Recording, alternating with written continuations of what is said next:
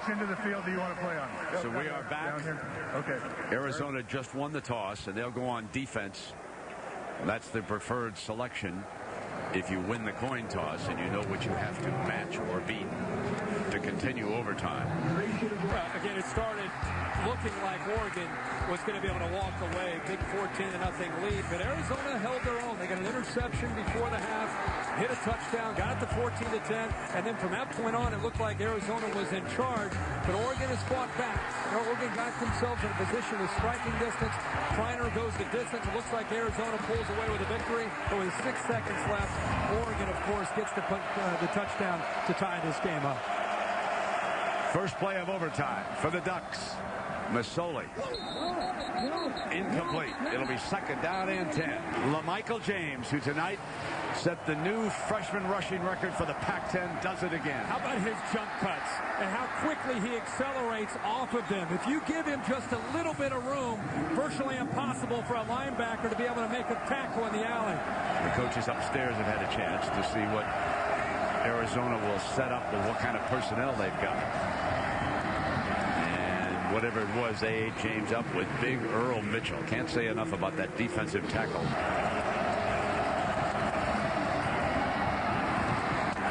Not going to make it. Masoli rolling to the left. Fires end zone. And coming up with a brilliant catch is Jeff Mayle. I'm going to tell you something, Brent. I don't know if there are very many receivers in the Pac-10 conference much better than Jeff Mayle. 6'1", 175 pounds. Looks like he grew up playing backyard football his whole life. Always coming up with receptions like this at crucial moments in the game. Lays out and makes the catch of the year at this point for the Oregon offense. The extra point is tacked on. Jeff Mayle comes from all the way from the right side, and he's going to fight the top corner, Devin Ross. Never gives up on the play, and I love at the very end, Brent, he came back towards the football, taking away the angle for Ross to be able to get his hand extended to knock the ball away. Just at the end, he started to come back towards the football, which gave him a chance to make that catch. There's a little flare screen. Down and 9. Nahuko. Guessed wrong that time with their blitz from Pacing or the linebacker. He shot through the wrong gap. Gets the call. He'll pound you for a couple of extra yards, won't he? Grant unintentionally actually slowed down the ball carrier.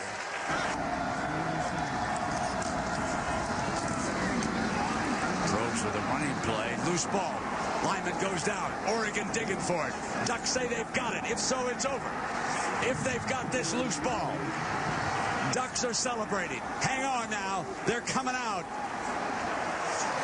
And Arizona has got the football on the other side. Herman Hall, who is the backup left guard, standing there saying, boys, after you get done wrestling and pointing, turn around because I got something you might want. Yeah, I'm like, Brandon, we got Herman Hall here holding the football. Look at these guys. That's a scrum. You got 340-pounders in here fighting for it. Big Dotsy, 70, looking for that football. They're going to give it to Arizona. How'd you like to be at the bottom of that one, Brett? You don't even want to know what's going on at the bottom of that pile. The previous play is under further review.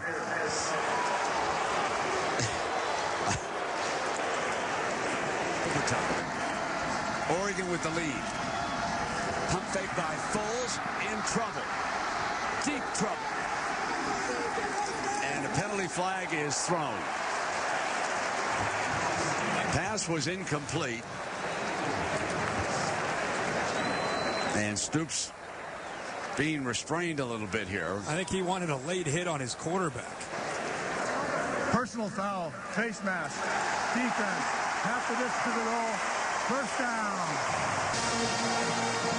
Foles, remember last week against Cal, where he had that decision where the ball came back to him and he ended up catching it and trying to throw it again.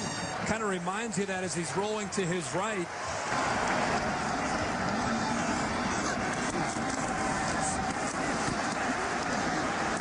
nothing doing for Nahuko.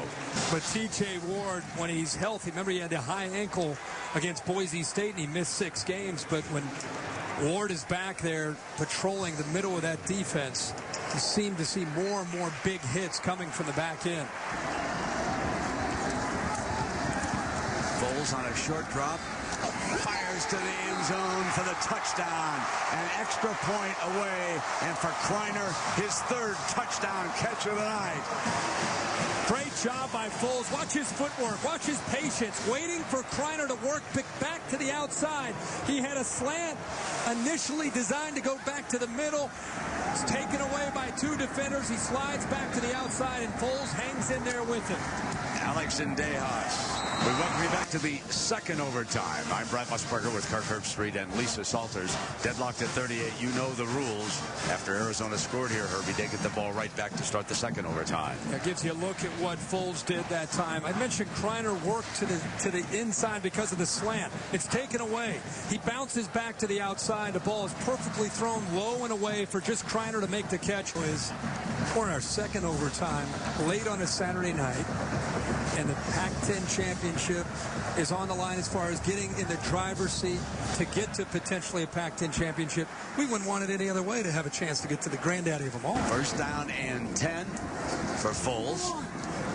He fakes the flare pass, goes back down incomplete out of the back of the end zone.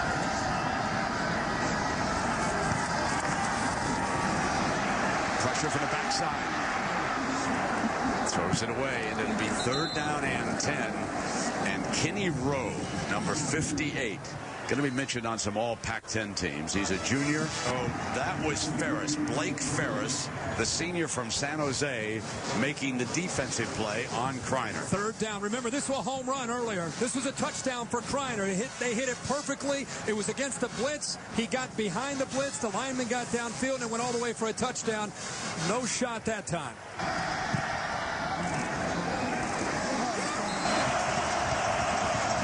Masoli. Inside the 5-yard line. He's right here. They're going to sneak him out on, really, it's almost like a wheel route from a fullback. They get him downfield.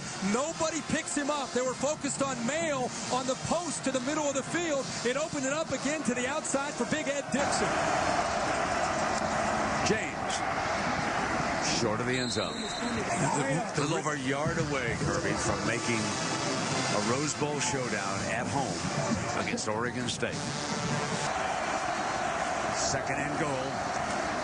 Masoli, he is stopped. Great job that time. They knew to expect Masoli keeping it as 15. Xavier Kelly lowering the boom right there in the hole. You also saw Big Earl Mitchell coming from the backside. Masoli, Oregon wins it. The Ducks will play Oregon State in Eugene for the right to go to the Rose Bowl. Chip, what was the key to that game-tying drive at the end of regulation? You know, I just think Jeremiah Masoli is a hell of a quarterback, and we never, ever think we're out of anything, and we pride ourselves on finishing, and that's what we did.